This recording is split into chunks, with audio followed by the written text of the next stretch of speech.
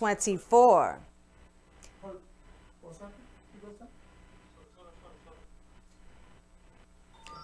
Welcome to Millennium News 24. This is Kim Seabrook, and the top news today: consumer prices jumped 0.8% in April as worries escalate. U.S. consumer prices surged 0.8% in April, pushing the rise in inflation over the past year to the fastest rate in more than a decade, an acceleration that has stirred rising worries about its effect on the economy. The Labor Department reported Wednesday that the price consumers pay for their purchases of everything from food and clothes to new cars rose at a faster pace than last month's 0.6% rise. Over the past 12 months, prices are up 4.2%, the fastest rise since the 12 months ending in September 08. Excluding volatile food and energy, core inflation jumped 0.9% in April. Concerns about rising inflation sent stocks tumbling on Tuesday, with the Dow Jones Industrial Average falling by more than 470 points, or 1.4%, its worst day since February 26. The big April increase was led by a record 10% surge in the price for used cars and trucks. Second news: COVID-19 pet boom has veterinarians' backlog burnt out. And during the gloomiest stretches of the pandemic, Dr. Deonna Kranz Veterinary Clinic has been a puppy fest, overrun with new four-legged patients. Typically, she gets 3 or 4 new puppies a week, but between shelter adoptions and private purchases, the 2020 COVID-19 pet boom brought 5 to 7 new clients a day to her practice in Raleigh, North Carolina. Many are first-time pet owners. Like many veterinarians across the country, she's also been seeing more sick animals. To meet the demand, vet interviews by us have extended hours, hired additional staff, and refused to take new patients. And they still can't keep up. Burnout and fatigue are such a concern that some practices are hiring counselors to support their weary staffs. Everyone is working beyond capacity at this point, who added evening hours last year. Approximately 12.6 million U.S. households got a new pet last year after the pandemic was declared in March 2020, according to a COVID-19 poll study by the American Pet Products Association. Meanwhile, fewer people relinquished their pets in 2020, so they needed ongoing care, experts said. And as people work from home and spent more time with their pets, they've had more opportunities to notice bumps, limps, and other ailments that could typically go untreated.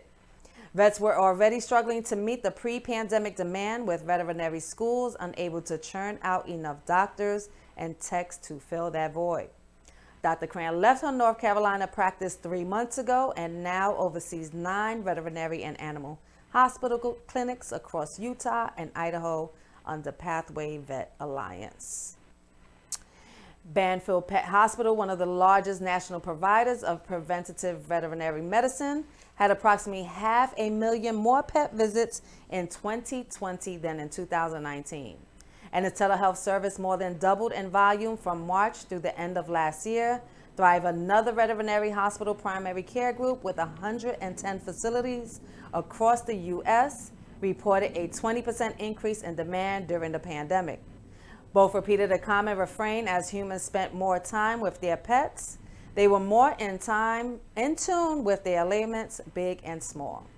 Clinics have been forced to streamline, having patients fill out forms online or by phone pre-appointment, because hiring additional staff often isn't an option. This industry is growing at a rate that it can't fill all the roles needed to keep up with the increased demand for services, said Pinkins. Veterinary positions are also projected to grow 16% by 2029, nearly 4 times the average of most other occupations. And that's according to the Bureau of Labor Statistics. Vet tech jobs are expected to increase nearly 20% in the next 5 years. Number of children traveling alone at border eases in April. The number of unaccompanied children encountered on the U.S. border with Mexico in April eased from an all-time high a month earlier, while more adults were found coming without families, authorities said Tuesday. Authorities encountered 17,171 children traveling alone, down 9% from 18,960 in March, according to the U.S. Customs, but still well above the previous high of 11,470 reported in 2019. Overall, the Borders Patrol encounters with migrants on the Mexican border in April were up 3% from 169,000 in March, the highest level since April 2000. The numbers aren't directly comparable because a solid majority of these stopped in April were quickly expelled from the country under federal pandemic-related powers that deny the rights to seek asylum. Expel carries to legal consequences, so many people tried to cross multiple times. Border Patrol encounters with people coming in families fell in similar proportion to unaccompanied children, down 10% to 48,000 from 53 in March. Slightly more than one of three families encountered results in pandemic-related expulsions. Biden has exempted unaccompanied children from expulsion, allowing them to stay in the U.S. while pursuing asylum claims.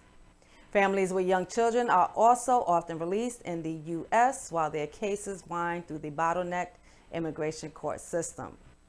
The government has made big strides moving children from grossly overcrowded Border Patrol facilities to U.S. Department of Health and Human Services shelters, which are more suited to long-term stays until children are placed with sponsors in the United States, typically parents or close relatives.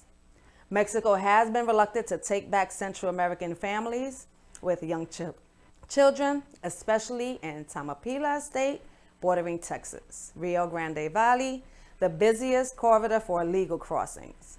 Many are being released in the U.S. while their asylum cases are considered by immigration authorities. Some families are flown to El Paso and San Diego to be expelled from there, where Mexican authorities are more willing to take them. And in community news, we're going to bring our guest, and her name is Catherine Morrow from Harlem, New York. Catherine Morrow is a representative in the Harlem community, and she deals with teenagers, political issues, our youth, especially in the community. So let's get in contact with Ms. Catherine. Catherine, how are you today? Hey, how are you, Miss Debra? What's going on? I'm doing great. Thank you so much for joining us today. Thank you for inviting me. I appreciate that. So I know you wanted to discuss some things as far as educational, prior pandemic and pandemic. So if you can, just give us a little insight first on who you are, what you do, and some information on what's going on with our kids today. Well, basically, people always ask me, like, what do I do? And sorry about that. Ask me about, like, what do I do in the community? And I just tell them that I'm a youth investor. And that's like pertaining to assisting the youth to work through, I guess, their school life. I am now rearing a teenager, so we have, certain issues going on in the community in regards to education, and of course, worldwide, coronavirus and the police brutality and, the violence. But people, sometimes drop the ball in regards to our youth and regarding the educational system, which is not really being equally, being equally divided amongst, black and brown bodies and their white counterparts. We have a larger rate of our black and brown babies who are falling behind because they didn't get the proper devices that they needed in the beginning of the school year of 20 into 2021. Like the Wi-Fi devices, their laptops, and that sort. So we have a great deal of them failing. And what I'm doing with them is conversing with them to see, like, how can we keep the conversation going with our youth. Right. So they'll let us know what they need, because once they shut down, then we won't really know what to do. We'll just be still running around in a circle. And what I try to do is get more parents involved and caretakers involved in saying, hey, we need to stop and pause our busy lives and find out what these young beings need. They're suffering more than we are. We're all suffering at one kind of level, but they're really taking a big hit. Absolutely, I could definitely see that. My child is of age, so he's not dealing with the school system online and things of that nature with the pandemic. So how's the difference between what it was before and what it is now? Are there any changes over the past year since the pandemic started? What I, yes, it has. What I see is that it's like if your child is not used to being on the outside, being a creative individual on the outside. Maybe perhaps they thrive with the remote learning. I have a child who's the complete opposite. He's not thriving with remote learning because he's used to being outside in the community around people, and that's where I guess he would get his energy and his vibration from. So, and then we're dealing with like mental health and I guess, the social and emotional well-being of the teenagers. So, Absolutely. but before, I mean, being in a classroom setting, school building with your peers, with your teachers, and having that tangible education where you can go one-to-one instead of having a Zoom or StreamYard and things of that sort. And then, even though you might have a disagreement, at least you guys are right there. See, now we have the technology. We have a lot of glitches going on. So a lot of grades are not being reported properly. Wow. Any mishaps that need to be addressed is like you're talking talking to something other than a human being that has emotion. So a lot of kids cannot grasp that. I'm a charter school parent, so they're taught to be team and family. So when you can't get a hold of that team and family, it's like a pullback. So yeah, a lot of our black and brown bodies are not really thriving in a remote situation. I mean, especially if you haven't been taught to use more of your creative self. Right. Like So what is it that the parents can do? Is there somewhere remote or in person that we can attend and discuss these issues so that we can have some resolution with our teens? well, I'm part of an organization called Students First New York. Students First New York is a grassroots organization, I believe, has been around, I'd say 9, 10 years already. They're like the school police dog.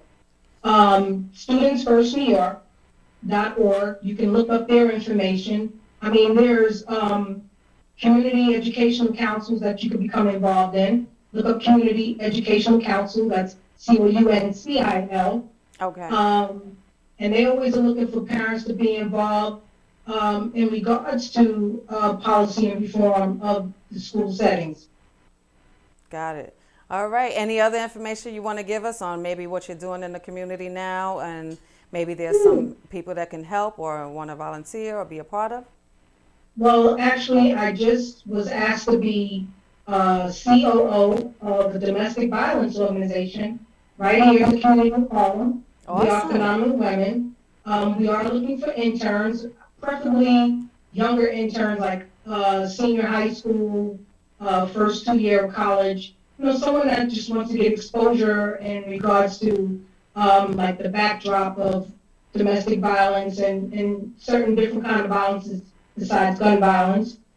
Also, I became creative director / partner of a radio podcast sounding, station called Okay. Innocent Voice.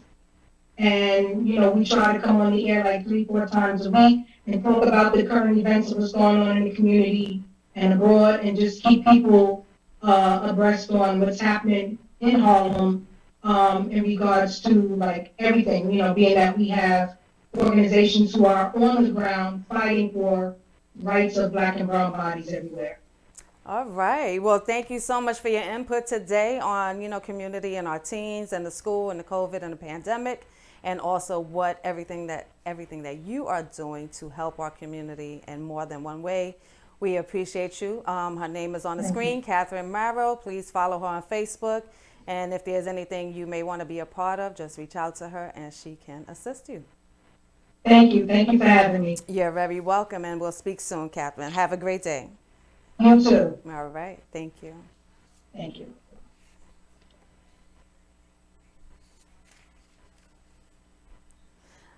All right, next in news, let's see, what do we have going on? Ex-New York City officer charged with bribery sent racist text. The former officer pleaded non-guilty on Tuesday at an arraignment where a judge agreed he should remain behind bars. His lawyer declined comment afterward. The court papers accused Smith and current officer Robert Hassett of hatching a scheme started in 2016 to take thousands of dollars in bribes to summon a specific tow truck company to car accident scenes. Instead of using a system meant to distribute the business at random, Smith allegedly recruited a second current officer, Heather Buch, to join the kickback scam after he retired. Smith and Hassett also were accused of using restricted police databases to run the names of car accident victims and provide the information to a person who sold it to physical therapy businesses and personal injury attorneys to solicit business. The middleman paid the officers about $7,000 for information on more than 100 people, the court paper said. As alleged, the defendants shamelessly violated their oaths of office and the public trust by trading their badges for cash payments, acting U.S. Attorney Mark Lesko said in a statement. Smith, 44, was additionally facing charges. He agreed to transport a kilo of heroin for drug traffickers after his retirement. He was paid $1,200 in a deal to carry his gun and retired police identification for the task. Hassett, 36, and Bush, 34, were to appear in court by teleconference later Tuesday. The names of the attorneys were not immediately available. And next, Trump administration officials to testify on January 6th. The riot, 2 senior Trump administration's officials plan to defend their actions during the January 6th riot at the U.S. Capitol. Defense Secretary Christopher Miller standing behind every decision he made that day. Miller will tell the House Oversight Committee on Wednesday that he was concerned before the insurrection that sending troops to the building could fan fears of a military coup and cause a repeat of the Delhi Kent State shootings, according to a copy of prepared remarks obtained by us here at the station. His testimony in the latest in a series of congressional hearings centered on the riot is aimed at rebutting broad criticism that military forces were too slow to arrive, even as pro-Trump rioters violently breached the building and stormed inside. The Defense Department was an extremely poor record in supporting domestic law enforcement, including during civil rights and Vietnam War protests in the 60s and 70s, and the fatal shooting 51 years ago of 4 students at Kent State University.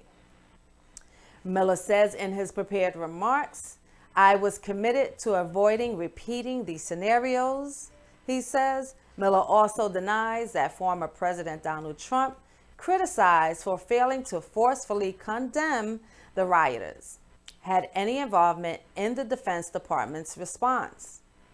Our hearing will provide the American people the first opportunity to hear from top Trump administration officials about the catastrophic intelligence and security failures that enabled this unprecedented terrorist attack on our nation's capital, the committee's chair, Representative Carolyn Maloney, said in a statement. Rosen, for his part, is expected to tell lawmakers that the Justice Department took appropriate precautions ahead of the riot by putting tactical and other elite units on standby after local police reports indicated that 10,000 to 30,000 people were expected at rallies and protests. Miller's testimony will amount to the most thorough explanation of Pentagon actions after months of criticism that it took hours for the National Guard to arrive. In his prepared remarks, he defends his resistance to a heavy military response as being shaped in part by public hysteria about the possibility of a military coup or concerns that the military might be used to help overturn the election results. Fearful of amplifying those suspicions, as well as the possibility a soldier might be provoked into violence in a way that could be perceived as an attack on the First Amendment activities. He says in agreed days before the insurrection to deploy soldiers only in areas away from the Capitol. No such thing was going to occur on my watch, but those concerns and hysterias about them nonetheless factored into my decisions regarding the appropriate and limited use of our armed forces to support civilian law enforcement during Electoral College certification. Miller says my obligation to the nation was to prevent a constitutional crisis. Although he says the Defense Department should not play a lead role in the domestic law enforcement, he felt it is important to initiate planning discussions out of concerns about a lack of coordination and information sharing between other agencies. In his opening statement, though, Miller says he believes Trump encouraged the protesters, but declines to say if Trump bears responsibility. He recounts a January 5th conversation when Trump, impressed by a crowd of supporters at a rally that day, told him 10,000 troops would be needed the next day. The call lasted fewer than 30 seconds, and I did not respond substantively, and there was no elaboration. I took his comment to mean that a large force would be required to maintain order the following day. Yeah. Next, the number of injured in Russia's school shooting rises to 23. 23 people remain hospitalized on Wednesday following a school shooting in the Russian city of Kazan, which killed 9 people, including 7 youngsters. All 23 were in stable condition Wednesday morning, the authorities said, though at least 8 people, 3 adults and 5 children, were to be transferred from Moscow for treatment. A gunman on Tuesday morning attacked a school in Kazan, a city 430 miles east of Moscow, sending students hiding under their desks or running out of the building. 9 people, 7 students, and 2 school employees were killed. The attacker, identified only as a 19-year-old, was arrested. The authorities gave no immediate details on a motive, but said he legally owned a firearm. Wednesday was declared a day of mourning in Tarstan, the Russian region of which Kazan is the capital, with funerals of the victims expected to take place. Russian media said the gunman was a former student at the school who called himself a god on his account on the messaging app Telegram and promised to kill a large amount of biomass on the morning of the shooting. Attacks on schools are rare in Russia, and President Vladimir Putin reacted by ordering the head of the country's National Guard to revise regulations on the types of weapons allowed for civilian use. Russian lawmaker Alexander said on Telegram that the suspect in the Kazan attack received a permit for a shotgun less than 2 weeks ago, and that the school had no security aside from a panic button. Authorities did not specify what kind of gun the attacker used. Officials in Kazan said that the school had a door person for security during the daytime, and she was the one who hit the panic button, alerting law enforcement about the attack. Russian officials promised to pay families of those killed 1 million rubles, roughly $13,500 each, and said that the payments will be wired by the end of day Wednesday. And we're going to take a quick break, and I am Kim Seabrook with Millennium News 24, and we'll be right back.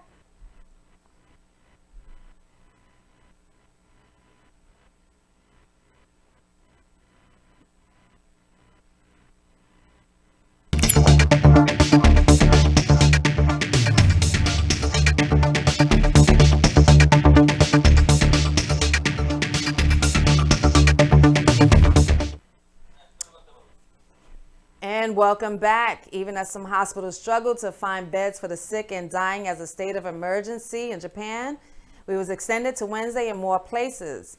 Only 1% of the public has been fully vaccinated, even as millions of doses sit unused in freezers, and there's deepening frustration over Suga's request for people to endure more emergency viruses measures amid ramped up planning for the resources draining Olympics, which are about to start in about 2 months.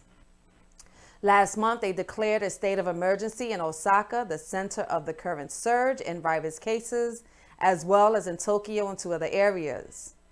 On Wednesday, two more areas, Aikai in central Japan and Fukuoka in the south, were placed under the emergency measures. No vaccine, no medication. Are we supposed to fight with bamboo spears?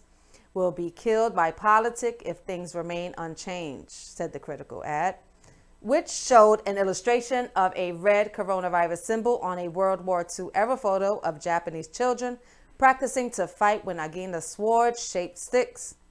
The ad, by Tokyo-based publisher known for its outspoken stance on political and social issues, urged the public to demand that the government end poorly conceived coronavirus measures. We have been deceived.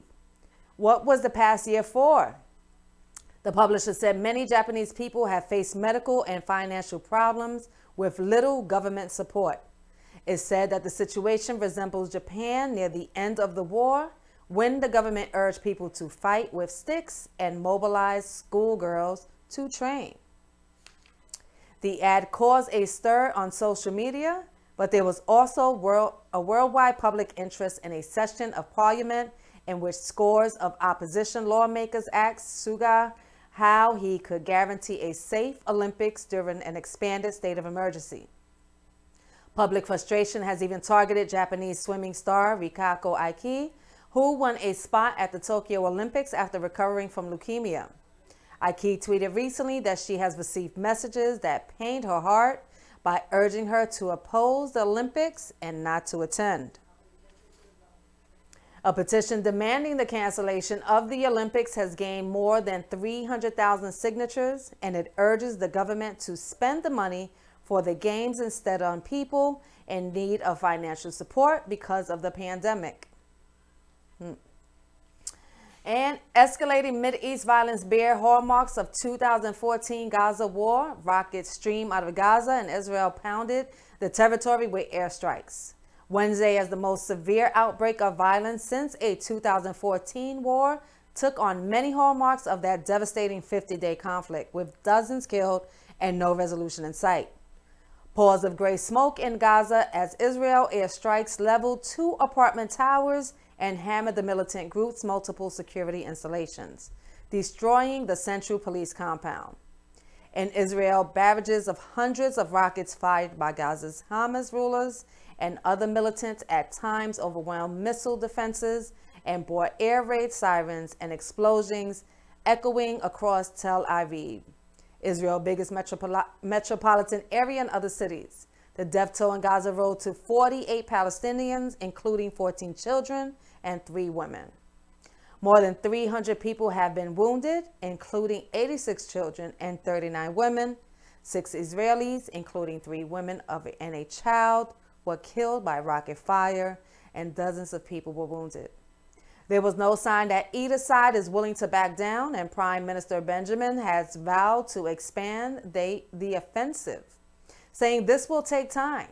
Hamas's call for a full-scale intifada or uprising, and uprising began in 2000 that lasted more than 5 years. The latest eruption of violence began a month ago in Jerusalem, where heavy-handed police tactics during the Muslim holy month of Ramadan and the threatened evictions of dozens of Palestinian families by Jewish settlers ignited protests and clashes with police.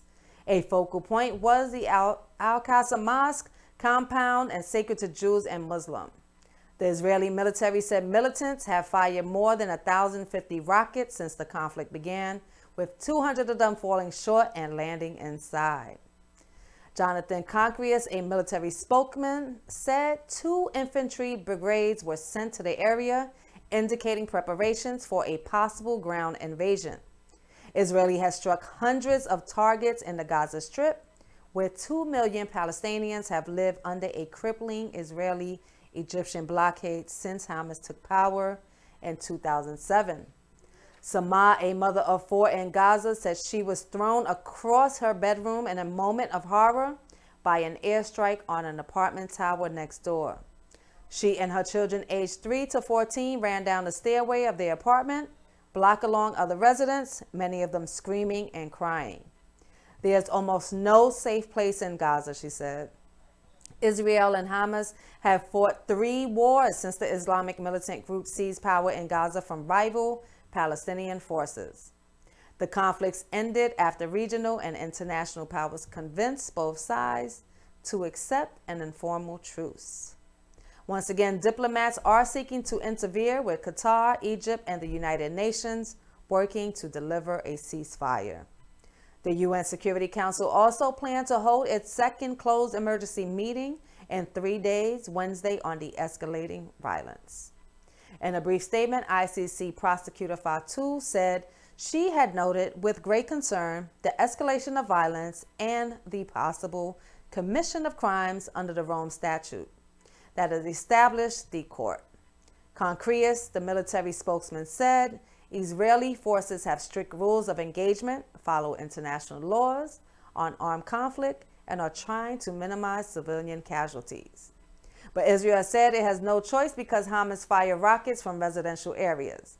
Hamas has also come under international criticism over its indiscriminate rocket fire at Israeli population centers. And in entertainment, Jay-Z, Foo Fighters, and Go-Go's in Rock Hall on the first try.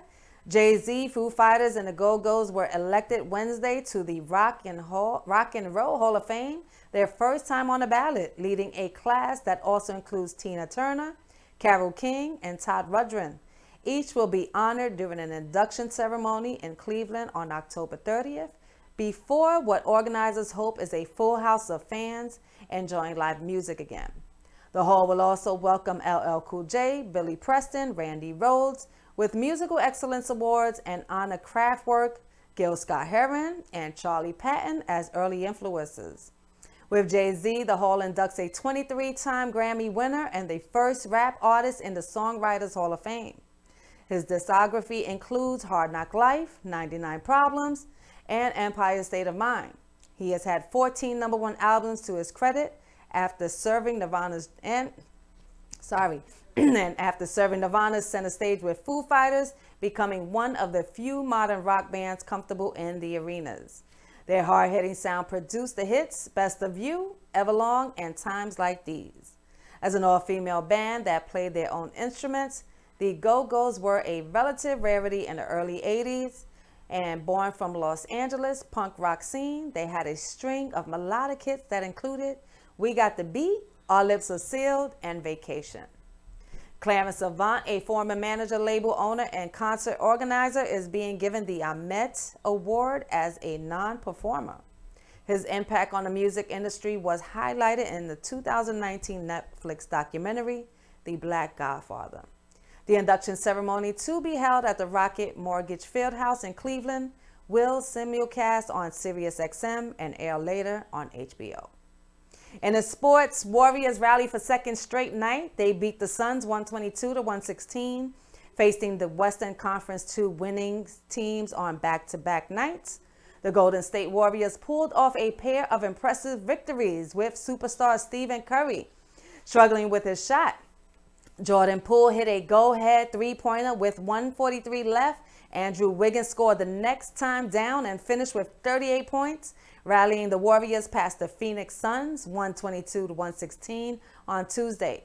Draymond Green notched his 6th triple-double of the season and 29th of his career, 11 points, 11 assists, and 10 rebounds. And Curry made a 9-foot jumper with 45 seconds left while falling to the floor. A bright finish to his 21-point performance on another tough outing for him, shooting three-pointers. Golden State, competing with just 8 healthy players, secured a spot in the play-in tournament with Monday's 119-116 win against the Jazz. Then held against a talented Suns team. Devin Booker scored 34 points and knocked down a key three-pointer with 5:25 left for Phoenix, and Paul added 24 points.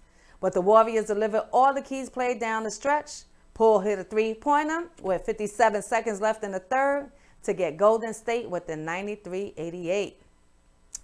And that was at the third quarter. Buzzer against the Utah. The Warriors trailed 98-92 Tuesday to begin the fourth, and Poole hit another three. Poole scored 20 points to wrap up Golden State's finals set of back-to-back as the Warriors won their 4th straight at home. Phoenix led by as many as 16 and began a sizzling 18 for 26, making 7 of 10 threes, which led them to a 43-30 advantage. And this is your news for today. I am Kim Seabrook. And before I do go, I want to just let you guys know that Ramadan does end today. And tomorrow, Eid, for the whole Muslim world and the Muslims in America, we want to wish you a safe and healthy holiday. And please make sure to stay tuned. You can find us on Roku, Apple TV, Amazon. You can download your apps on your Android and your iPhones, Millennium TV 24. And again, I am Kim Seabrook. Thank you so much for tuning in with me today. And stay tuned for more news coverage on Millennium TV 24. Thank you.